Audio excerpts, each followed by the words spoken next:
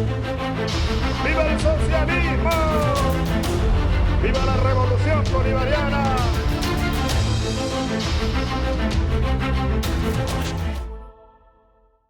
Hoy vamos a comenzar el programa de Resumen Latinoamericano diciéndoles que vamos a hablar de México. Tenemos un invitado especial, se trata de Mario Bravo. Él es profesor de la Universidad Autónoma de México, es psicólogo social, es un hombre que conoce realmente en profundidad la realidad mexicana de hoy y con él hemos estado recientemente en nuestra serie de conferencias que hacemos en cátedras bolivarianas y por eso queríamos de alguna manera socializar esa charla aquí con esta entrevista. Bueno, Mario, aprovechando que estás aquí en Buenos Aires y que has participado en una cantidad importante de actividades por el tema de Ayotzinapa y no solamente por eso, sino también por México en general, me gustaría que nos dieras un panorama de cómo ves la situación, la difícil situación que vive México, no solamente a partir de lo de Ayotzinapa, sino de todo lo que de alguna manera está apareciendo en la superficie después de ese punto de inflexión que significó el secuestro de los 43 estudiantes normalistas. Sí, Carlos, me parece que Ayotzinapa ha significado en mucho un punto de inflexión, sí, en el caso mexicano, pero yo alerto en cuanto a no mirar a Ayotzinapa como un caso o un hecho aislado, extraordinario, dentro de la lógica mexicana, incluso latinoamericana, sino que me parece que el caso de los 43 normalistas desaparecidos es parte de toda una lógica del propio capital, del propio capitalismo, en la cual se manifiestan formas y modos en que el capitalismo un tanto se inserta en la dominación, que no solo pasa por la dominación en cuestión de explotación económica, sino en la cuestión de cómo domina los cuerpos. Es decir, Ayotzinapa es parte de una lógica del capital que termina por violentar cuerpos, seres humanos, vidas y un tanto fragmentar incluso las relaciones sociales, ¿no?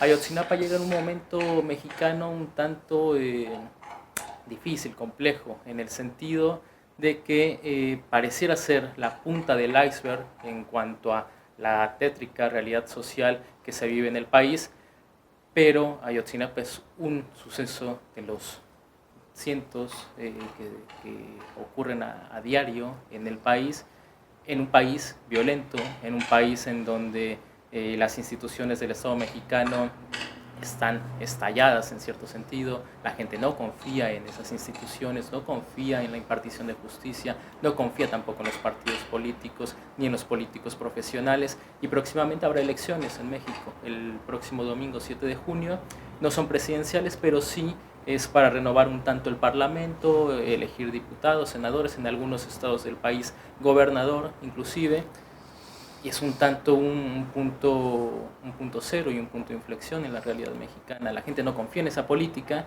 pero habrá gente que saldrá a votar, ¿no? En ese sentido.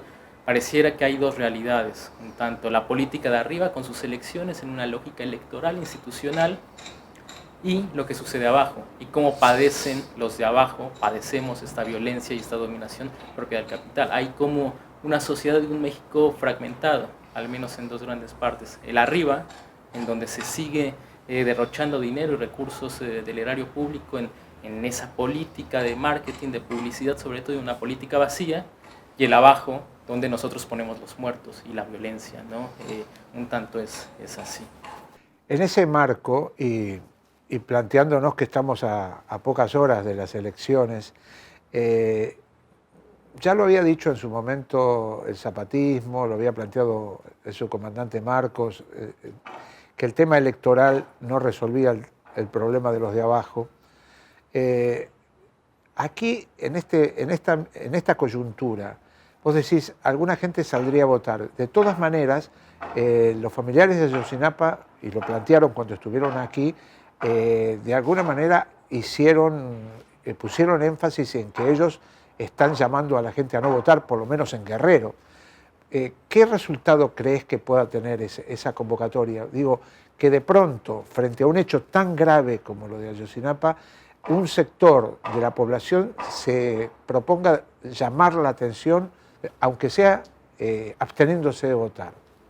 Sí, dentro de esta dinámica y lógica que tú mencionas, tanto el llamamiento del zapatismo y de los propios padres de los normalistas desaparecidos pasa por una consigna que se inauguró desde el momento posterior al que se supo la desaparición de los compañeros normalistas, y la consigna es "fue el Estado", es decir, la desaparición de los compañeros, un tanto desde el movimiento social, no se le adjudica solamente a la narcoviolencia, al narcotráfico como tal, como si hubiera un escenario de buenos y malos. El Estado es el bueno que impartirá justicia y el narcotráfico es el villano de la historia que nos violenta. No es así. El análisis que hacemos no es ese, sino que el Estado en todos sus niveles, municipal, estatal, federal, los partidos políticos como tal, los políticos profesionales, están coludidos con la violencia que viene también del narcotráfico. Entonces, la coyuntura de Ayotzinapa y el llamamiento de los padres, el mensaje de no votemos en las próximas elecciones, un tanto es, me parece, en mera consecuencia,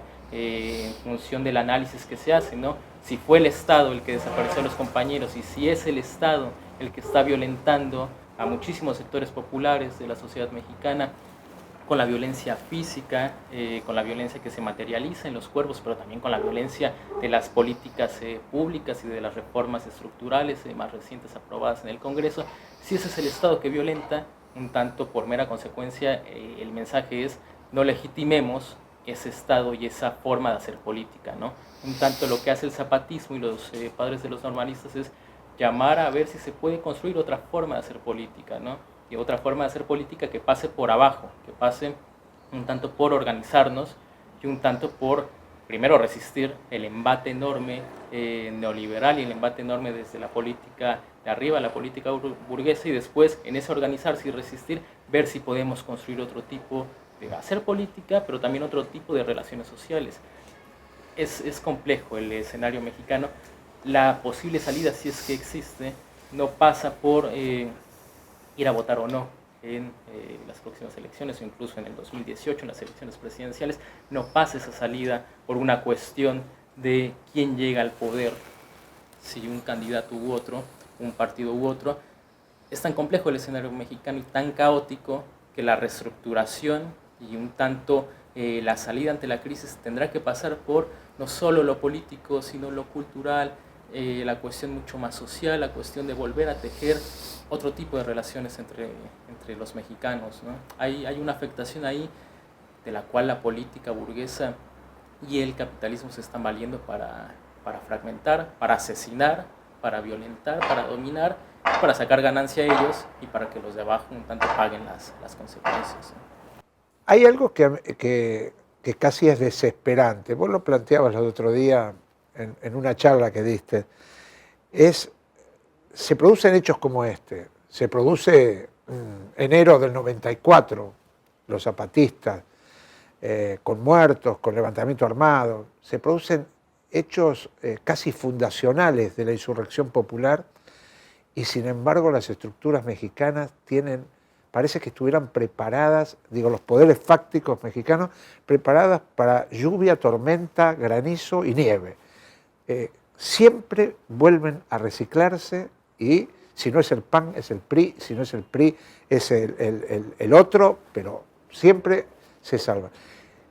¿Qué pasa? ¿Es tan fuerte el poder en su autodefensa o también falla la izquierda en sus planteos, la izquierda en general, en sus planteos de conformar un movimiento amplio y que pueda revolucionar al Estado mexicano, al gobierno mexicano y al pueblo mexicano para sacarse de encima este lastre que dura muchísimos años, dura más de un siglo, ¿no? Sí, a mí me parece que un tanto la posible respuesta que Ventura dar a tu pregunta pasa un tanto también por los modos y los dispositivos que tiene el poder para un tanto aniquilar, eliminar o al menos controlar las posibles insurgencias, ¿no? Es decir, el Estado mexicano históricamente suele salir avante de este tipo de crisis, se suele renovar, hay un tanto como un reposicionamiento entre las élites, se vuelven a reacomodar y pareciera que algo cambia, pero para que nada cambie a final de cuentas, ¿no? Y yo un tanto lo he analizado desde la lógica que tiene el poder en cuestión de cómo separa a los subalternos, ¿no? Cómo suele separar a los sujetos que se rebelan de los demás sujetos dominados, y cómo hay modos, dispositivos, no solamente políticos, sino también simbólicos, subjetivos, que un tanto crean y producen formas en que los subalternos miran a quienes resisten o se rebelan. Es decir, me parece que el poder, y acá el papel de los medios de difusión masiva, en el caso mexicano, es fundamental.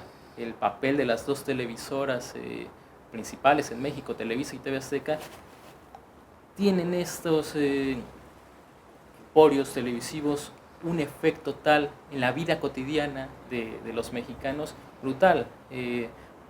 No en vano se dice que hubo esta imposición del actual presidente de la República, Enrique Peña Nieto, por la televisora, es decir, que es un producto más de Televisa. Es toda una mercancía que la televisora creó, inventó y lo puso como una mercancía a ser comprada. Es decir, que las élites mexicanas suelan mantenerse sin mayor grado de afectación, aún con la crisis que se vive actualmente y con los distintos movimientos de insurgencias que han habido en el siglo XX pasado mexicano. Creo que en parte se responde por cómo suelen un tanto configurar la forma en que los sujetos dominados ven a otros dominados que se atreven a resistir y a rebelarse, ¿no? Es decir, yo tengo un concepto que la otra vez platicábamos con ustedes, que denomino contrainsurgencia simbólica al hecho de cómo el Estado y el poder y la prensa construye la imagen del sujeto que protesta, y un tanto lo que se configura ahí es un escenario de producción del miedo. Es decir, en este caso la televisora o la prensa escrita genera e inventa y produce y reproduce significaciones sociales adversas al sujeto que protesta. ¿Para qué? Para que en un segundo momento, ya inventado ese objeto fóbico, ese objeto del miedo, que será el sujeto que protesta, el resto de la ciudadanía, el ciudadano común y corriente, el ciudadano de a pie, le tema a ese sujeto en lugar de sentir que tiene coincidencias políticas, ¿no? Más bien es una cuestión de construir el temor y por lo tanto la separación entre sujetos subalternos, ¿no? Me parece que hay una lógica ahí. En el caso de Ayotzinapa, por ejemplo, se asoma también esta variable, ¿no? Me parece que en mucho podemos explicar la naturalización de la barbarie en Ayotzinapa o en otros casos, en los casos de feminicidios en Ciudad Juárez, en el Estado de México, los asesinatos, las fosas clandestinas que surgen mes tras mes en México. Eso se ha naturalizado y me parece que en mucho pasa por cómo ese sujeto, ya sea el mundo indígena, el mundo rural, el campesino, el migrante centroamericano que llega a México y es encontrado su cuerpo en una fosa clandestina, cómo es mirado ese sujeto en la sociedad mexicana. Y eso es una producción, me parece, que viene desde el poder, ¿no? Hay un racismo que está ahí en nuestra sociedad, que también me parece una variable para explicar mucho de lo que está aconteciendo actualmente en México, ¿no? Del caos que reina. ¿Cuánto pesa Estados Unidos en México? Aparte de ser la frontera y aparte de tener un muro gigantesco para interponerse entre quienes quieren llevar a Estados Unidos a trabajar. ¿Cuánto pesa en la política mexicana y en la economía mexicana la influencia norteamericana? Sí, me parece que malamente el papel de los Estados Unidos es fundamental para entender la actual lógica de caos en México, ¿no? Es decir, un tanto lo empiezo a leer y analizar desde la implementación del modelo neoliberal en México en los 80s y en los 90s, es decir, en las últimas 2 décadas del siglo XX mexicano. Y ese modelo neoliberal, que evidentemente es una receta producida por organismos internacionales, el Fondo Monetario, el Banco Mundial, y en mucho el papel de Estados Unidos y su gobierno, pasa por crear formas en que el Estado ha, digamos, desmantelado un montón de instituciones y un montón de derechos que fueron conquistas históricas del pueblo mexicano y que de los 90s a la fecha, como el caso de la salud, educación, empleo, vivienda, etcétera, eso se ha desmantelado, producto de las medidas neoliberales, producto de la injerencia que tiene Estados Unidos, eso no solamente produce relaciones económicas muy particulares, sino termina produciendo modos de relación entre los ciudadanos de un país, ¿no? Evidentemente, la falta de acceso a servicios educativos, la falta de acceso a trabajos dignos, en el caso de la juventud mexicana, por poner un ejemplo, ha creado un fenómeno que en México se conoce como los ninis, jóvenes entre los 12, 13, 14 años de edad hasta los 28, 29, que ni estudian ni trabajan. Se calcula que en México, los más recientes datos que se han arrojado, cerca de 6 o 7 millones de jóvenes están en esta condición. No estudian ni trabajan, y esto es producto evidentemente de las medidas neoliberales de las últimas décadas y del papel que tiene Estados Unidos en moldear la lógica un tanto estatal del gobierno mexicano en sus distintas fases, ¿no? Por un lado el modelo neoliberal, por otro lado sus consecuencias, las consecuencias que tienen en cuestión de cómo se relacionan las personas, y la paramilitarización del país es otro efecto que tiene la incidencia de los Estados Unidos en territorio mexicano, ¿no? La venta de armas inclusive, ¿no?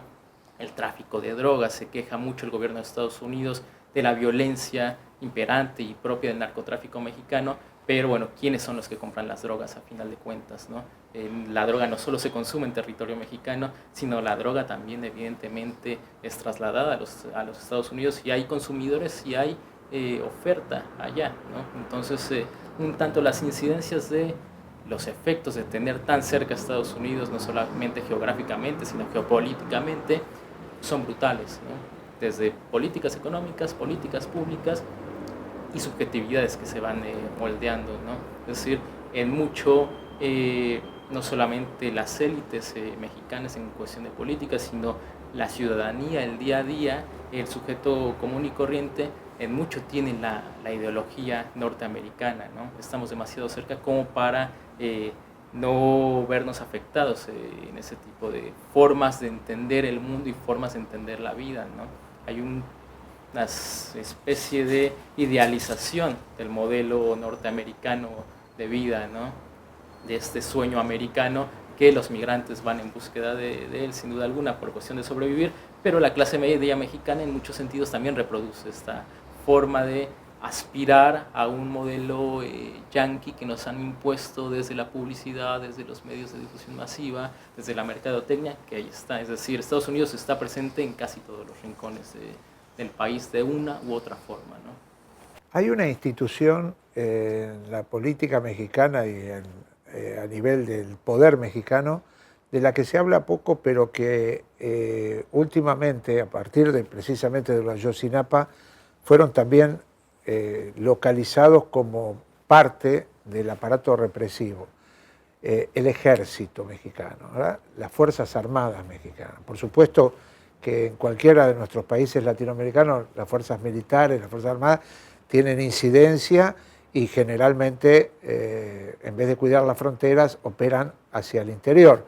¿Es relevante en la estructura de poder mexicano el poder que pueda tener el ejército o las fuerzas militares? Sí, el papel del ejército mexicano en el actual escenario y contexto caótico no se podría pensar, por ejemplo, como en otros casos sudamericanos, en cuestión de un posible golpe de Estado. Es decir, el papel y el peso que tiene el ejército en México no da para eso.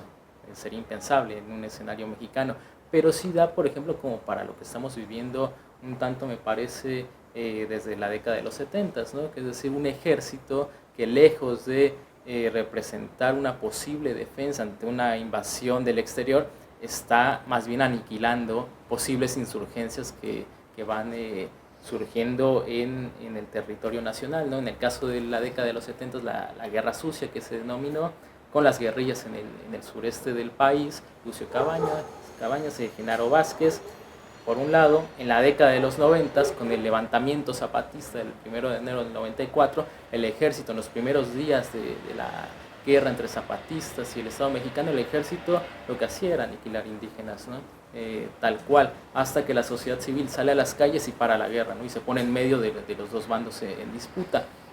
Y actualmente, en esta lógica de necropolítica, en donde hay, pareciera, vidas desechables, vidas que no importan en la sociedad mexicana, vidas que pueden aparecer, vidas y cuerpos que pueden aparecer en una fosa y que nadie se preocupa por quiénes eran esas personas, esos seres humanos. En esa lógica el ejército está teniendo un papel en cuestión no de salvaguardar evidentemente la integridad y seguridad de los mexicanos, sino en cuestión de represión como tal. Es decir, está haciendo un tanto lo que se ha dicho hasta el cansancio en manifestaciones en Ciudad de México, en Ciudad Juárez, está haciendo el brazo armado evidentemente del Estado y de la clase política mexicana, ¿no?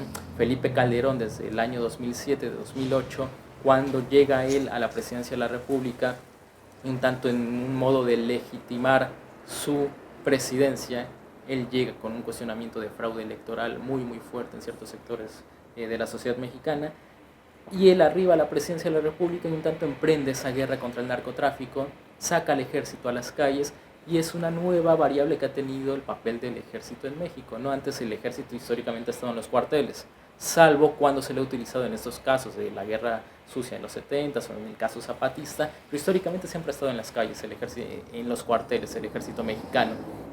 Con la guerra contra el narcotráfico inaugurada por Felipe Calderón, el ejército toma posiciones en las calles, toma posiciones en autopistas, en retenes militares, y un tanto su contacto con la ciudadanía, un tanto el contacto con la vida cotidiana de la sociedad ha sido caótico evidentemente, ¿no? Ha sido en cuestión de, hay muchísimos datos que reflejan los enormes abusos que ha habido a derechos humanos por parte de integrantes de las Fuerzas Armadas mexicanas, ¿no? Es decir, el ejército está siendo un aparato, una pieza de esta maquinaria de guerra, de esta maquinaria de muerte que está haciendo el Estado mexicano, y en ese sentido las Fuerzas Armadas están jugando un papel fundamental, ¿no? Actualmente, Mario, hay un tema que junto con lo de Ayotzinapa está demostrando esto que hablábamos recién del carácter represivo del Estado mexicano, y es el caso de Nestora Salgado. Ella, la comandanta Nestora Salgado de las autodefensas de un pueblo que está cansado de que lo manoseen, lo golpeen y lo humillen, y que de pronto constituye estas autodefensas. Nestora está haciendo una huelga de hambre en este momento, la han trasladado, está en grave estado, pues está haciendo una huelga de hambre y de sed, y nosotros nos sumamos a la solidaridad internacional con Nestora, pero me gustaría que nos des vos un perfil a los televidentes de quién es Nestora Salgado, ¿no? Bien, el caso de Nestora Salgado me parece que es emblemático en cuestión de un poco lo que yo apuntaba hace un momento, ¿no? El Estado mexicano, en su lógica represiva, castiga en muchos sentidos, sí, la disidencia, pero no solamente es como en el pasado, con un encarcelamiento y ya, sino aparte de quitarse de encima a los posibles disidentes, lo que se está haciendo es castigar los cuerpos, ¿no? Y en el caso de Nestora hay una especie de triple pecado o triple culpa. Por un lado, su caso representa la valentía de un pueblo que no solamente la figura de ella, no solamente un caudillismo, sino ella representa toda una organización de ciertas comunidades, de cierto estado de la República Mexicana, que deciden ante la inoperancia del Estado mexicano en cuestión de no dar seguridad ni certidumbre jurídica en cuestión de la enorme violencia que padecen ciertas zonas del país. Ella encabeza un movimiento en donde la gente toma las armas en cierto sentido para implementar un tanto una especie de policía comunitaria, es decir, el propio pueblo defendiéndose ante la inoperancia del Estado y ante el enorme peso que tiene la violencia por parte del narcotráfico, ¿no? Entonces Nestora representa por un lado el pueblo organizado, el pueblo que resiste y que no pretende vivir más con miedo. Entonces pareciera que eso al Estado mexicano no le viene muy bien. Por otro lado, Nestora representa también la mujer que resiste. Por eso digo, pareciera que hay un doble o triple pecado o doble o triple culpa en el caso de Nestora, ¿no? Por parte de la visión del poder. Eres de abajo y resistes, pero aparte eres mujer y te atreves a resistir y te atreves a protestar, ¿no? Y aparte eres pobre, ¿no? Entonces hay una pobre y aparte del medio rural, un tanto. Entonces se arma toda una configuración para criminalizar la lucha y evidentemente no pueden meter a toda una comunidad a la cárcel y eligen a Nestora como figura emblemática, en donde yo creo que en su caso, del caso de la comandante Nestora Salgado, que encabezó esta lucha y que a final de cuentas se le acusa hoy en día de secuestro y de abuso de autoridad, etcétera, etcétera. Yo creo que aquí hay una variable que se juega en el caso de Salgado, que es la pedagogía desde el poder en torno a cómo difunde socialmente, tomando a un ejemplo, en este caso Nestora, cómo el poder difunde si te rebelas, si resistes, si te organizas, si confrontas al Estado mexicano, estas van a ser las consecuencias, ¿no? Este es su caso, está el caso del doctor Mireles también, otro líder de alguna de las autodefensas en Michoacán, ¿no? Encarcelado y también con un estado de salud crítico y lamentable, ¿no? Es decir, el Estado mexicano pareciera que va renovando sus lógicas para reprimir a la disidencia. Ya no es solo te quito del paso encarcelándote, sino si te encarcelo, pero además mando un mensaje, envío un mensaje al resto de la ciudadanía. Es aquí la pedagogía del poder de la cual hablo, donde seas hombre, seas mujer, si eres mujer como Nestora, peor aún, porque la sociedad mexicana no soporta que haya una mujer que se empodere y una mujer que represente la resistencia de los de abajo.